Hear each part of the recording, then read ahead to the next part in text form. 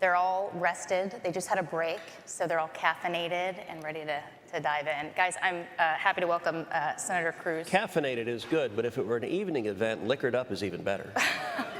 Can we maybe start that a little early today? We could all use a drink these days, let's be honest. Obviously, no introduction needed here. Senate Commerce Committee Chair at the center of all things AI. So happy to have you here. So let's start first with this new bill that you rolled out. I have a two-part question. So you have this new bill you rolled out last week, creates a legislative framework to try to lighten the load for experimental AI. It would allow AI developers to apply for 2-year waivers up to a decade from federal rules. So hoping that they can sort of grow and not have to worry about these regulations. But two things. One, what are you trying to do with this bill? But secondly, we've heard from some critics, including at Public Citizen, who said this proposal, quote, treats Americans as test subjects. And they were arguing that it's a sob story that AI companies are being, quote, held back by regulation. So first, what are you trying to do with this bill? And what do you say to critics who are concerned about what this means for consumers? Well, let me start by taking it more broadly about what the objective should be, and then talk about how this bill is one part of the solution. The objective, very simply, is to win the race for AI. And I think we're at a moment of transformation. And it's a moment of transformation that I think is very much like where we were in the 1990s with the rise of the internet. And you think about it, the internet changed everything about how we live our life. And at the dawn of the internet, the U.S. government made a series of decisions that were the right decisions. And in particular, I'll do something that might surprise you. I'm going to praise a Democrat president. I'll praise Bill Clinton.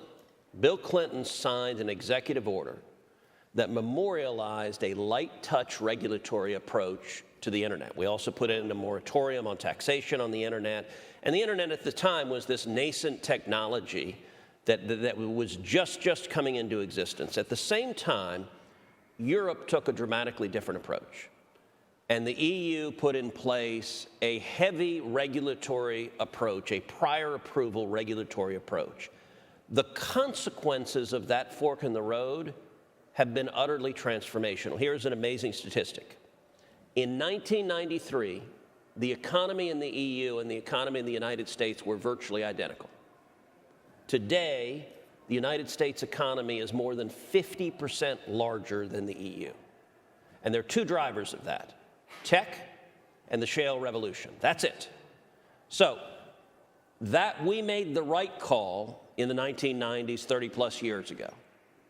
We are at a similar inflection point. And I believe AI is going to be even more transformative than the internet is. It's going to change everything about how we live our lives.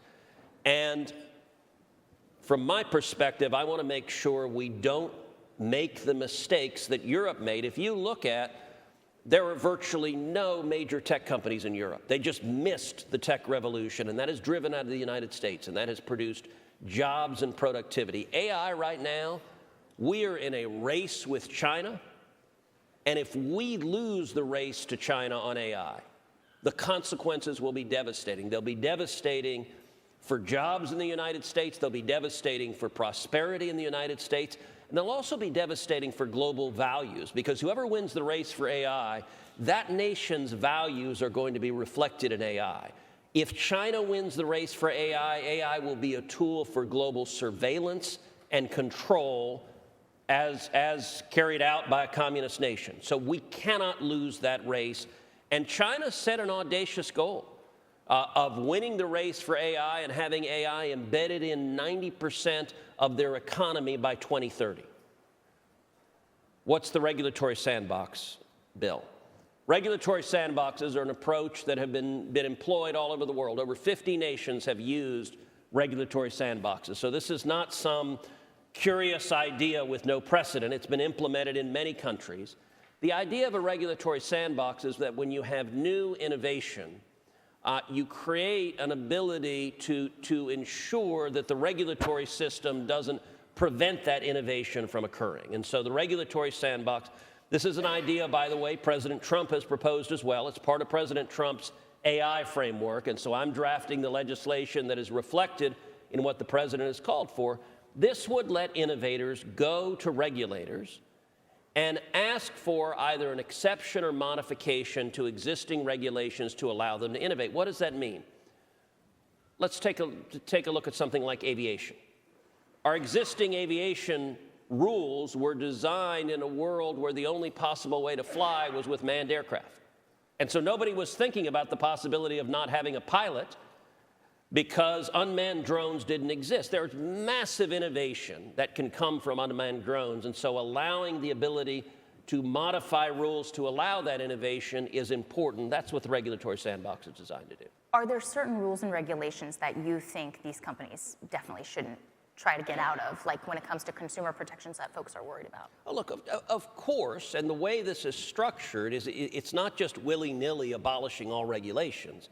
It's creating a mechanism for modifying regulations to allow innovation. And the mechanism would be that a company would make an application, and the Office of Science Technology Policy in the federal government would decide that application and could choose to grant either an exemption or a modification from rules. I'll give you another example. The United Kingdom has allowed modifications to their rules governing health care, and they have seen, by using AI, a tripling of the rate of moving to independence from stroke victims. So they've seen massive health benefits by analyzing how you get back to functional independence after a stroke. That kind of innovation, I think, is critically important. And if we end up hamstringing our innovation in the United States, China's not hamstringing what they're doing. That's a recipe for losing the race, and I think losing the race would be catastrophic. Let's talk about something that's actually not in this bill, I believe, and that is this notion that you previously championed of a 10-year moratorium on state AI laws.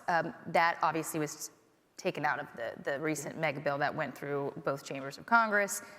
Is that dead, or do you have a comeback here with this issue? Where are talks on this matter? Yeah, it's not at all dead, and I will say the One Big Beautiful Bill was a remarkable piece of legislation. In my view, there are more conservative victories in the One Big Beautiful Bill than any legislation that has ever passed into law.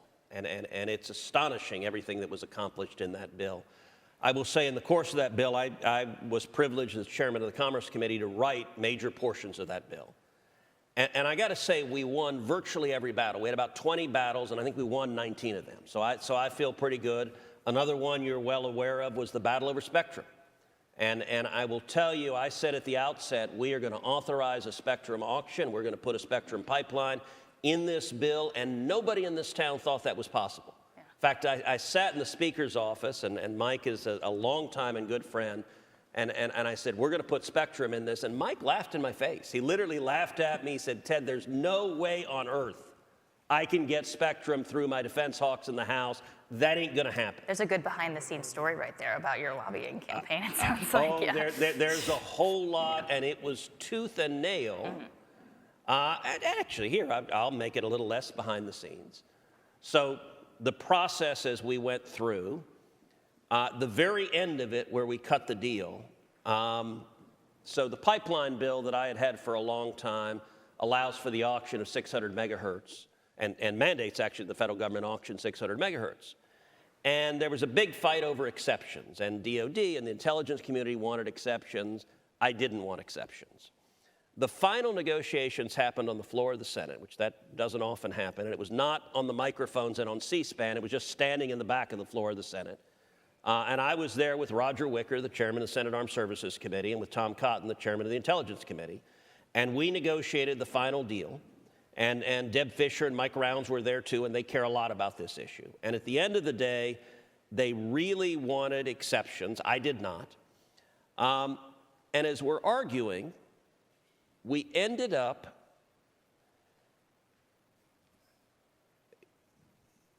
the president had tweeted about this.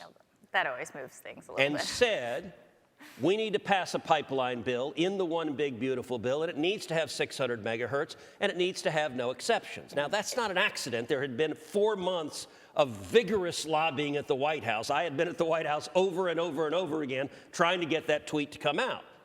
And so when my colleagues are saying we need all the exceptions, I had a printed out copy of the tweet. I said, that's very interesting. The President of the United States disagrees with you, so I appreciate your views on the matter. Nevertheless, as Bismarck said about sausage and legislation, there are compromises that are made. So I ended up giving in to some exceptions at the very end, said, all right, fine, we can carve narrower exceptions than you're asking for. But my view on negotiating is never give up something without getting something back. So I said, if I'm going to give you exceptions, instead of 600 megahertz, I want 800 megahertz. And I got to say, we walked out of the deal with 800 megahertz, and everyone went, where the hell did that come from? And the honest answer, I'd like to say I had scientists studying the optimal amount of spectrum to allocate, and it was a careful technical assessment. That ain't true at all. I just made up the number. It really was the Spinal Tap principle. If any of y'all remember the movie Spinal Tap, and their amplifier, instead of going to 10, ours goes to 11. There's 800 megahertz because 800 is bigger than 6. And that sounded like a good number to you. Yeah, so I said, all right, fine, you want exceptions, give us 200 more megahertz. But look, and by the way, the next day, I get a call in the morning from President Trump on my cell. And he's in the Oval, and Scott Bessent and Lutnick are both sitting in the Oval with him. He goes, Ted, this is an amazing deal. How did you get this deal? And Rachael, I said, the only possible answer to that, which is, Mr. President, it's entirely because of you, which I will note happened to have been true. Without that tweet, we don't get the deal. And so that tweet, which I explained to him, that tweet is what gave us the leverage to get the deal. We got that through. So we won in one big, beautiful bill, virtually every battle. The only one we didn't win was this one, the 10-year moratorium. Yeah. And I got to tell you, on the 10-year moratorium, so the House had it in its version of the one big, beautiful bill. But when it came to the Senate, nobody thought we could get it through the Senate parliamentarian. In fact, it was almost accepted wisdom, this is going to die in the birdbath. And miraculously, and I just want to give credit to my team went in, they got very creative, they rewrote it, they litigated it, and we got it through the parliamentarian. So it was in the Senate bill. And what happened at the end of the day is the leading opponent of this was Marsha Blackburn. Right. And I negotiated an agreement with Marsha, and we reached a compromise. She agreed, I agreed. It was in the bill. In fact, she was the author of it. It was Blackburn Cruz. So she wrote the codification of our agreement. And then what ended up happening is that there was criticism from outside players, and Blackburn decided to renege on the deal. So she backed out of the deal, and that ended up tanking the moratorium. And I ended up, look, it was clear when she backed out that we no longer had the votes to cross the threshold of 50, so I withdrew. I withdrew and said, look, we'll keep talking and we'll work on this, but there's no point in having a vote that we're not going to get to 50 today. Are you still working with her on this issue? You know, she is doing her own thing, but I'm working very closely with the White House. I will point out, when the president rolled out his AI framework, an integral component of it was a moratorium, because look, what sense does it make to have 50 states all issuing different and contradictory regulatory and legal frameworks for AI? AI is, by its nature, at a minimum, a national, if not a global technology tool. And we run the risk, and there were people who said, well, what about states' rights? And listen, I am a ferocious believer in federalism and states' rights. A lot of Republicans who said this. But there is a reason the Constitution has an interstate commerce clause. And we have an interstate commerce clause because we want interstate commerce, and it is Congress that should be setting the rules for interstate commerce, and not contradictory rules that would end up making it, if we stay in the status quo, the people who win, the biggest winner of the status quo with no moratorium is China. Why? Because we're going to see contradictory regulations. And I would just ask, you know, do you want California and New York, do you want, not just states, but do you want Karen Bass and Comrade Mondami setting the rules for AI? Because that's who's going to be regulating, is far left-wing governors and mayors. California is already trying to do so. Colorado has passed a law basically mandating woke AI, that you do audits to make sure the results from AI meet DEI quotas. It's so bad that Colorado's governor, Jared Polis, a Democrat, has said we need federal preemption because these state laws are not workable. And so the current outcome, look, I think this played out at about 3 in the morning. I think a lot of people don't understand this issue, but there's a reason the president and the Trump administration are united in saying we need one clear federal standard, because having contradictory standards from every state and every city ensures failure, and failures should not be an option. And realistically, just very quickly, because I want to get to another couple topics before we run out of time, do you think realistically you could get like a 3-year or a 5-year? Is there something, some deadline that's coming that you're hoping to attach to? Or like, what do you think is possible for this? There are lots of moving pieces. There are pieces within the administration. There's pieces within Congress. What I would say is we cannot let political dysfunction in the United States hamper our ability to win the race for AI. And I want to be clear also. To say that we want to win the race for AI, to say we want state preemption, for example, like people were using examples of, well, what about child safety and online predators? Well, the moratorium didn't cover any of that. So there was a lot of misinformation where people said, oh, online predators will be empowered by the moratorium. No, the moratorium explicitly was linked to the regulation of AI as AI, not to generically applicable laws. And I want to point out, when it goes to combating bad conduct online, AI is an incredibly powerful tool. Every tool that has ever been invented, there has been bad conduct that has used that tool. And the reason is we have criminals, and criminals will use whatever tools they have to commit crimes. We need to fight them. I would point out that I've authored and passed the only law in modern times going directly after AI and regulating that, and that is the Take It Down Act. Now, the Take It Down Act goes after non-consensual intimate images, 2 kinds. Number 1, real images, so-called revenge porn. You have a couple in an intimate relationship, they take pictures or videos of each other, and then they have a breakup and one or the other is ticked off and releases those pictures or videos to the world. That's a grotesque violation of privacy. Nobody has the right to do that. And then a more modern manifestation of it that comes from AI is the explosion of deep fakes. And we are seeing last year deep fake non-consensual intimate images rose over 3,000%. More than 95% of the victims are women and teenage girls. And so the Take It Down Act does 2 things.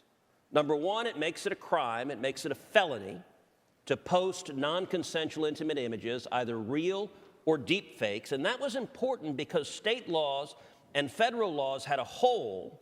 So, for example, if you posted, as was happening frequently, deep fakes of a teenage girl that appeared to be naked but were not, that was not child pornography. Because it was a deep fake, it didn't meet the legal definitions for child porn. And so the people who were doing this were getting off scot-free. Now there are consequences. It's a felony. And then secondly, the Take It Down Act puts a legal obligation on the tech platforms to immediately remove that content. And so that's an example where absolutely we need legislation and we need regulation for AI, but it needs to be targeted to real problems rather than just a brooding omnipresence in the sky of a giant regulatory system preventing innovation. So speaking of bad conduct online, in the wake of Charlie Kirk's assassination, we have seen something that I never thought we'd see in American politics, and that is this notion of some people on the fringes, fringe corners of the internet, even celebrating, mocking the murder of an innocent man who was engaged in civil discourse in this country. In response, we've seen a number of Republicans, including Vice President J.D. Vance, talking about basically naming and shaming some of these people, calling out these ugly comments, highlighting them, trying to get them fired, basically putting pressure on them, say this is not okay. But then we also heard AG Pam Bondi, Attorney General Pam Bondi, suggesting in Katie Miller's podcast recently that DOJ would look at to potentially prosecute hate speech. Now, you are, constitutional lawyer and wonk. What do you make of this? Where's the line here? Yep. Just start there. Well, look, I think the Attorney General's comments have been misconstrued, and she actually put out a lengthy social media post afterwards clarifying what she was saying. Here's what the legal standard is, and as you know, you and I were talking backstage. I do a podcast every week called Verdict with Ted Cruz, and I do it 3 days a week, Monday, Wednesday, and Friday. By the way, for every reporter in the room, you should be following and listening to the podcast because we try to break news literally every podcast. And we've got millions of listeners. We're also on syndicated radio in over 230 stations. The last podcast, I did a deep dive analyzing this question, so in more length than we've got here. But the basic standards, number one, the First Amendment absolutely protects speech. It absolutely protects hate speech. It protects vile speech. It protects horrible speech. What does that mean? It means you cannot be prosecuted for speech even if it is evil and bigoted and wrong. The Klan can advocate horrible racist ideas and they cannot be prosecuted under the First Amendment. Nazis can advocate horrible and racist ideas and they cannot be prosecuted. However, that does not mean that any individual is immune from the consequences of your speech. The First Amendment doesn't just give you a free pass. And I'll give anyone an illustration. If you don't believe that, you can carry out a simple test. Walk into your boss and say, "Go screw yourself." And you will discover that there are consequences to speech because you can't be criminally prosecuted for saying that, but your boss can most certainly fire you. Right. And you almost certainly will be fired. Likewise, we have seen in the wake of the Charlie Kirk assassination, and I want to say Charlie was a good friend of mine. I think last week was just a horrific week in this nation's history, and he was assassinated for believing in free speech, for engaging in his views. He was assassinated not because he was spreading lies, but because people were afraid of what he was saying. And I will say the courage he had to go to college campuses and engage with people who disagreed, even if you might disagree with him. He would engage in civil debate, going back and forth. That is the very finest of the traditions of our First Amendment. We have seen, as you noted, across the country, people on the left, not everybody, but far too many people celebrating Charlie Kirk's murder. We've seen teachers in high schools and elementary schools posting online celebrating. We've seen university professors posting. In my view, they should absolutely face the consequences for celebrating murder. And I'll give an illustration. Let's say you're a student at a university, and you decide to go to your university and dress in a Klan outfit and burn a cross and advocate for murdering African Americans. Under the First Amendment, you cannot be prosecuted for that. So you will not go to jail for doing that. But you know what? You absolutely can be expelled for that, and you should be. And I think the same is true that the people who are facing, and naming and shaming is a First Amendment consequence. Just like John Stuart Mill said, the best response to bad speech is more speech. And naming and shaming is part of a functioning and vibrant democracy. Yeah. Well, that's all the time we have right now, but I guess one more question sort of related to this. I was going to ask, what is the role in tech companies when it comes to what's going on, this vitriol online right now following this murder? Is there a role? Or maybe it's not, because I know you've been on the opposite side of this. I mean, you led the charge criticizing tech companies for censoring and sort of monitoring conservative speech. And that's been a big issue for you. Do you not want to see them do anything on this right now? So look, what I will say is two principles, because some people have been confused. Wait a second, you've been a huge critic of tech when it comes to censorship, and now you're a champion of tech when it comes to AI. And it's real simple. Jobs are good, censorship's bad. So I'm going to fight for us to win the race for jobs because I want Americans to have good jobs and enjoy prosperity, but I'm also going to fight against the abuse of power because censorship is wrong. And I will say big tech censorship, I've long been vocal on this, I think is the greatest threat to free speech in the country because it is invisible and insidious, that they can silence views they disagree. And I think big tech got in bed with big government and silenced views they disagreed. I think big tech is behaving better now with the new administration. I'll confess I had mixed sentiments. We all saw the array of tech CEOs behind President Trump at the inauguration. I had mixed sentiments, and so my view right now towards tech is much like Ronald Reagan's view towards the Soviet Union: trust but verify. If you allow your platforms to be platforms of free speech, great. And I'll say, related to that, the single most important development for free speech in this last generation was Elon Musk's buying Twitter. Because, and it was an extraordinary step, because Twitter is the public square right now. Look, the people who are hatefully celebrating Charlie Kirk's murder, we only know about that because of Twitter. If Twitter was still old Twitter, you wouldn't find out about any of it. So they should not do anything on that. I think they should allow free speech. Free country. Now, look, I will say, I was glad when they pulled down the video. The video was horrific. Like I said, Charlie was a friend of mine. I talked to him just a number of weeks ago. I got to say, on my feed, it kept over and over again showing the video of his being shot and blood spurting out of his throat. I was really glad when I could pick up my phone and not see the image of my friend being murdered over and over and over again. I'm like, not pushing that video is fine. What we should not see is censorship designed to silence either side, by the way. To be clear, I'm not calling on tech to censor liberals. I actually think more people should listen to Bernie Sanders and AOC, because I think what they say is idiotic. And so I want lots of people to hear it. And I'm happy to counter it on substance. The answer is not silence those you disagree with. The answer is respond with substance. And that's what Charlie did so effectively, and it's one of the reasons I really admired him. Thank you, Senator. That's all the time we have for. Thank you. Thank you.